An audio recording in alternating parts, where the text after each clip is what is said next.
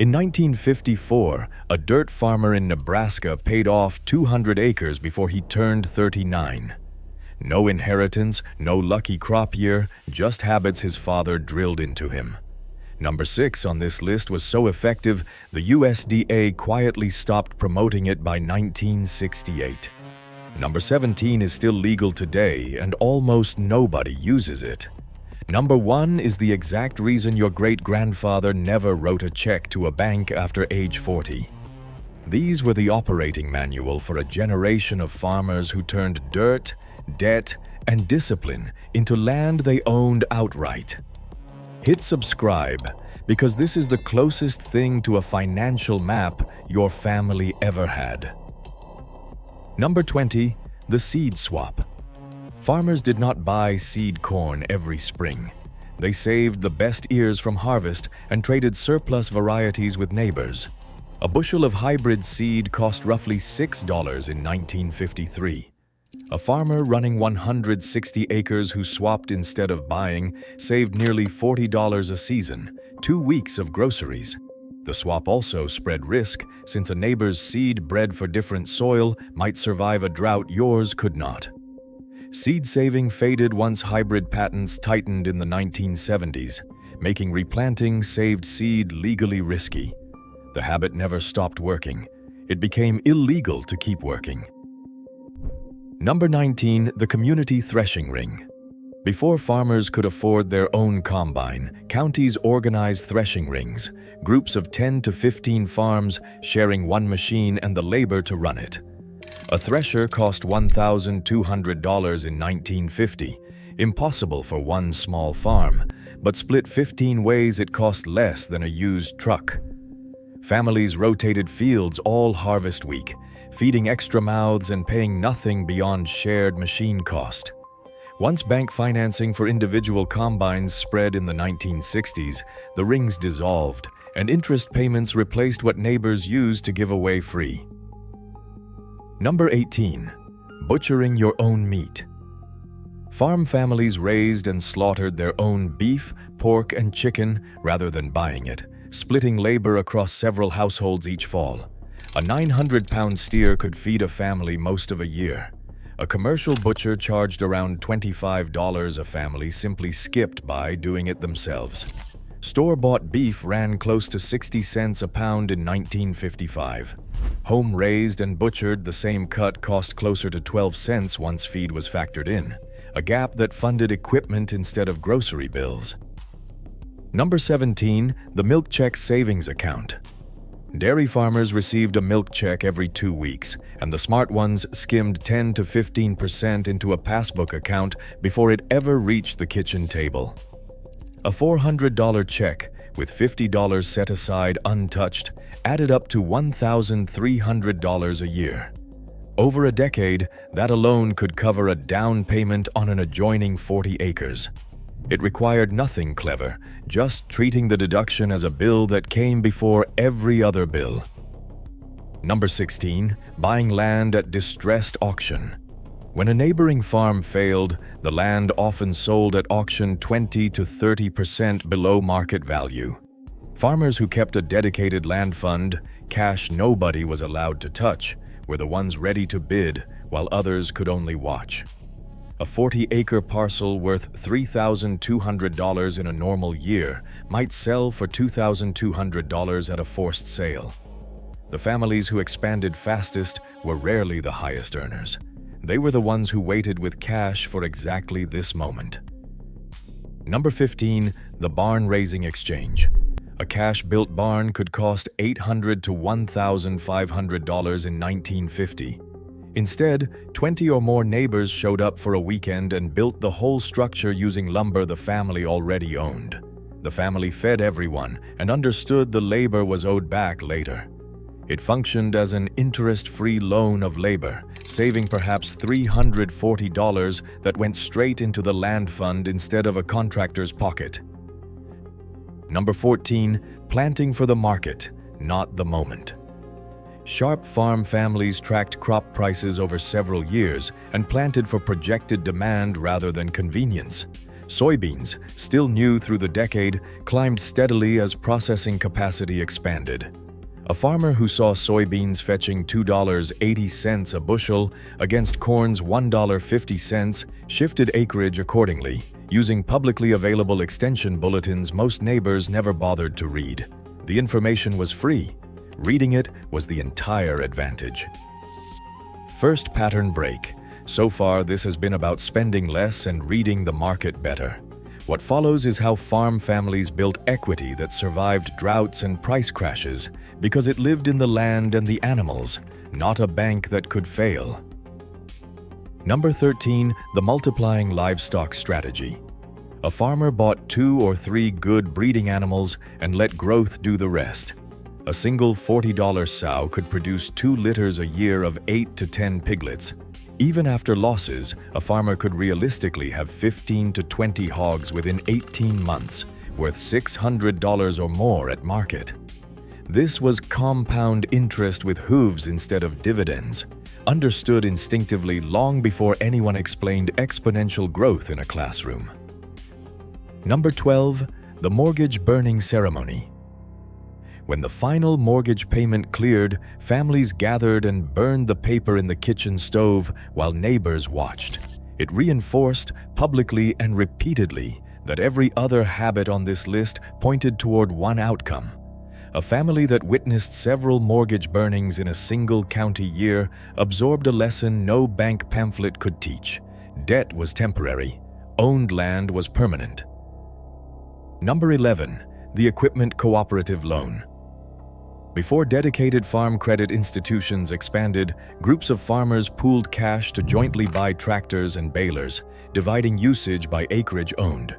A $1,000 tractor, split 6 ways, cost each family under $170, repaid interest-free between neighbors. This kept farmers out of formal debt for major purchases entirely, until credit bureaus expanded easy financing in the following decade and cooperative buying quietly disappeared. Number 10, rotating crops to protect the asset. Continuous corn planting exhausted soil within a few seasons, forcing heavier fertilizer spending. Farmers rotating corn with soybeans, oats, and clover kept land productive with roughly 30% less commercial fertilizer, according to a 1958 extension study, while producing comparable yields. The land itself was the asset, and treating soil health like a savings account paid compounding returns for decades. Number 9, the county fair side income. Farm families raised prize livestock and preserved goods specifically for county fair competitions, where blue ribbon cash prizes ran $2 to $15 alongside a far more valuable reputation. A grand champion hog could sell for double the standard rate to a buyer chasing bragging rights. The prize money was modest. What buyers paid afterward for a winning bloodline was not.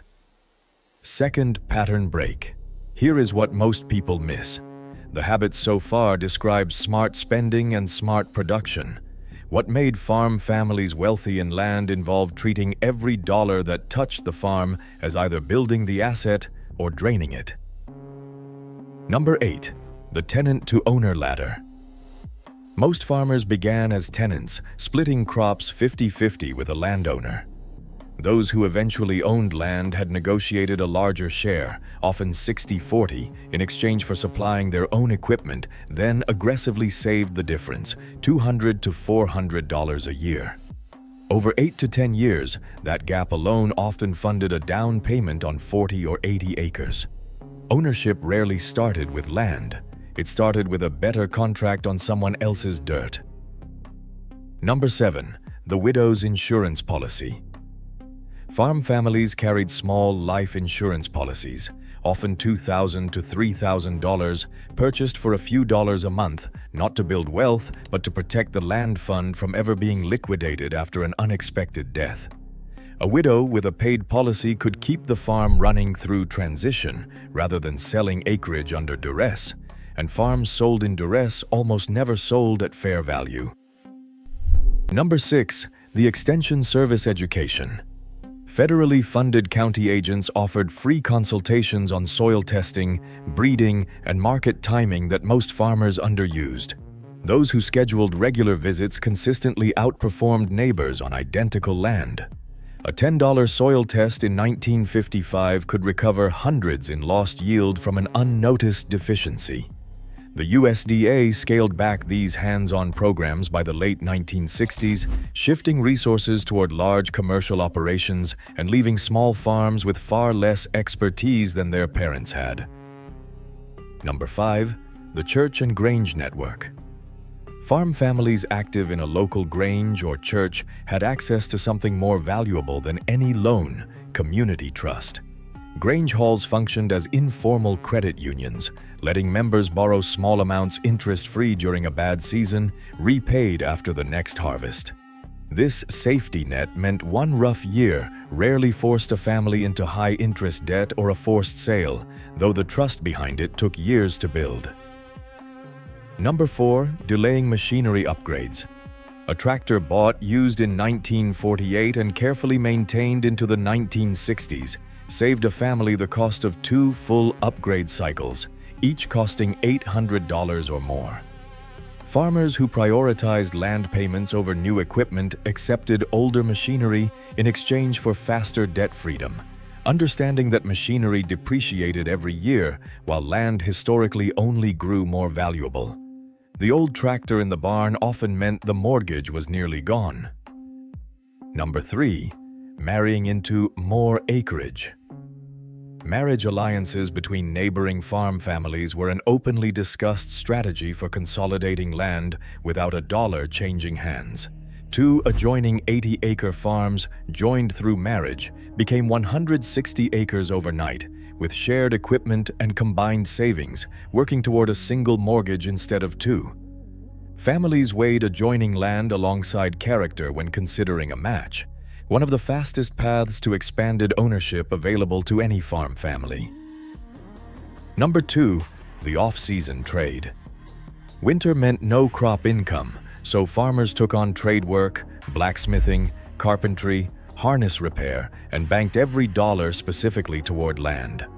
A farmer with basic blacksmithing skill could earn $3 to $5 a month repairing tools for neighbors, income arriving exactly when the farm produced nothing.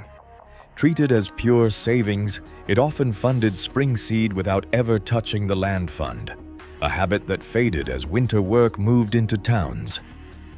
Number 1. Owning the land outright before expanding it. Every habit on this list pointed toward one non-negotiable priority: paying off the original parcel before adding acreage, taking new debt, or upgrading equipment. Farmers who violated this order, expanding before the first loan cleared, were disproportionately represented among foreclosures during later price downturns. The families who thrived refused every tempting acquisition until that first debt reached zero. Only then did the land fund, the livestock, and every other habit on this list turn toward growth instead of survival. Your grandfather did not read a financial book to learn any of this. He learned it watching his father burn a mortgage in the kitchen stove, splitting a tractor 6 ways, marrying into 40 extra acres, and refusing new equipment until the debt cleared. None of it required a degree or a stockbroker, just patience measured in decades and a willingness to let land, not lifestyle, define wealth. Pick one of these 20 habits and try it this month. Then come back and tell us whether your family's land still carries a story like this one.